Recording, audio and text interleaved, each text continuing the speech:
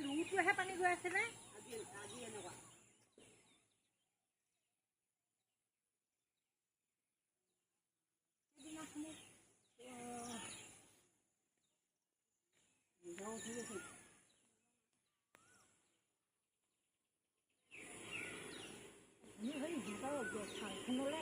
মুঠখনতকৈ বেছি আছিলে তাত